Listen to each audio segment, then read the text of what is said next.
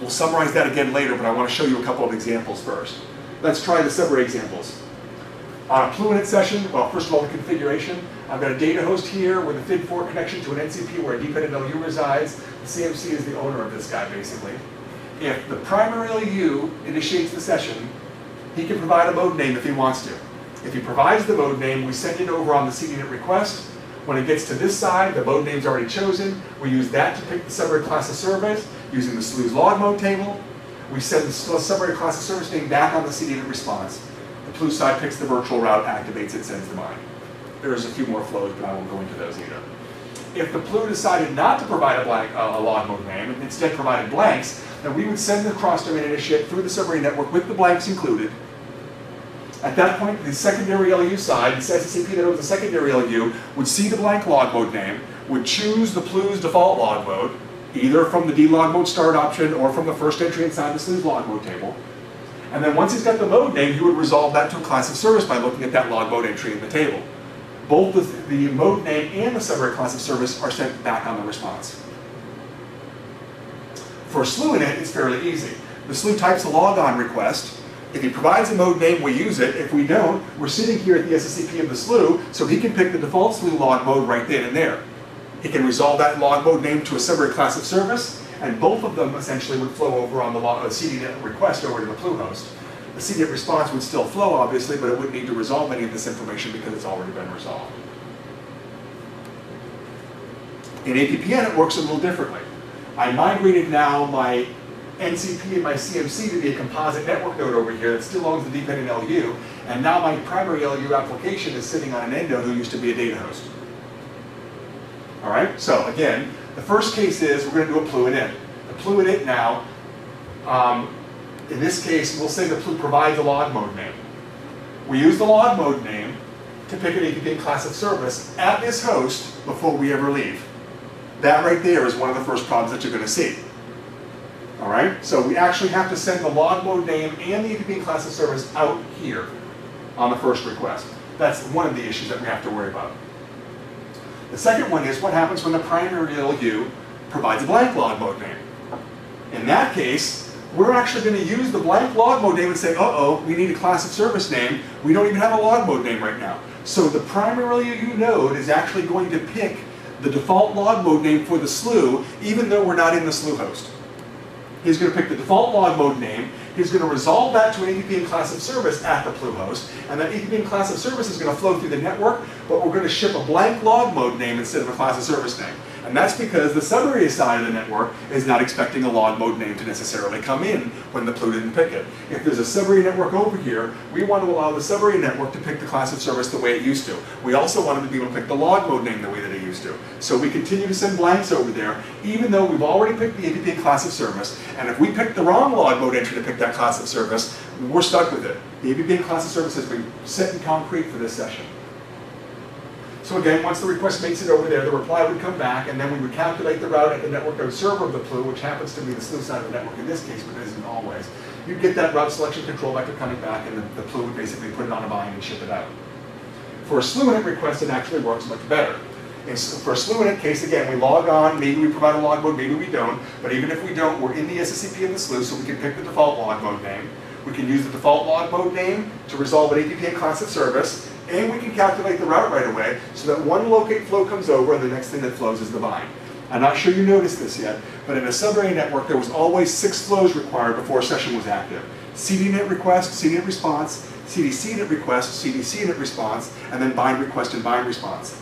But in an APPN network, if it's a SLU initiated session, you get the locate request in, you send the bind and the bind response. After 3 flows, you've got your session active. From the LU's perspective, the session's active. So in many ways, the APPN flows are actually much more efficient than the Subarea flows were. That does not mitigate the problems that we have with log mode and class of service, though. So what happens now? We've seen the Subarea class of service and log mode resolution. We've seen the APPN log mode and class of service resolution. Now we have to talk about more complicated networks, where we've got APPN networks attached to Subarea networks attached to APPN networks. It could go on and on forever if we wanted to, you know what I mean, as long as we didn't exceed the visit count or anything like that. So the question we have to ask is, how do we do log mode and class of service for a session that's going to span these network boundaries, right? We know that things have to work subarea in the subarea network and APPN in the APPN network, so the first step is identifying where the APPN and subarea networks are. I hope everybody can see how many networks there are here, how many APPN networks there are here. There's one here in red and there's one here in red, so those are your APPN networks. But most people do not realize how many subarea networks there are here. Does anybody see all three of the subarea networks in this picture? Well, the answer is, obviously there's a big subarea network in the middle here, but if you've ever looked at traces of ETAM, even on a pure end node, internally all those flows look like they're FID4. So internally, there is a subarea side of ETAM, even on a pure end node or on a pure network node. So this is the second subarea network, and this is a third subarea network. And again, how do things work? How do we do the log mode? How do we resolve the log mode name? How and where do we resolve the subarea class of service name? And how and where do we resolve the APPN class of service name? Those are the names yet to discuss. But before you do that, we need to go into a little bit more. There are two different ways to resolve a class of service name.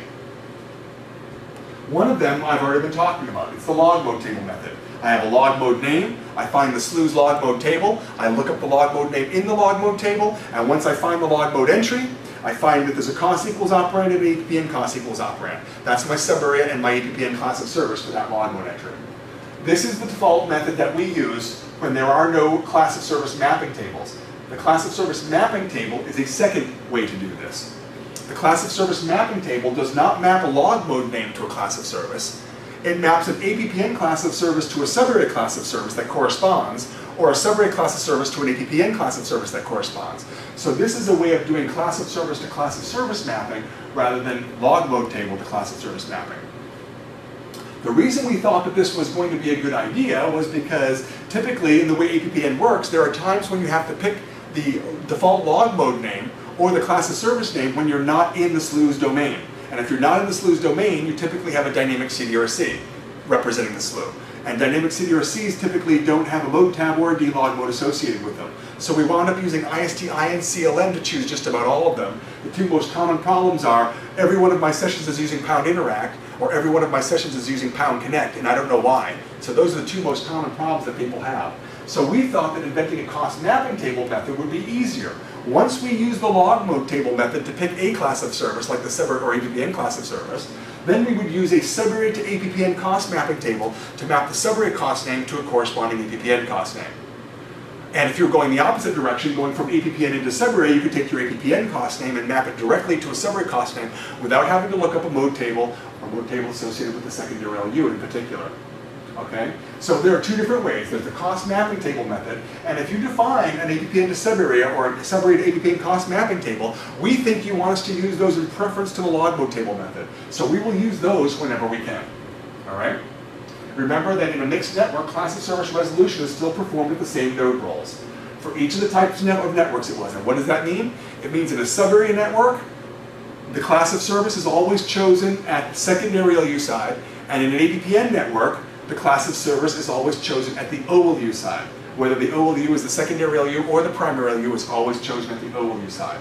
And remember, we always use the secondary LU's log mode table to figure out where these class of service entries are if we're doing the log mode table method.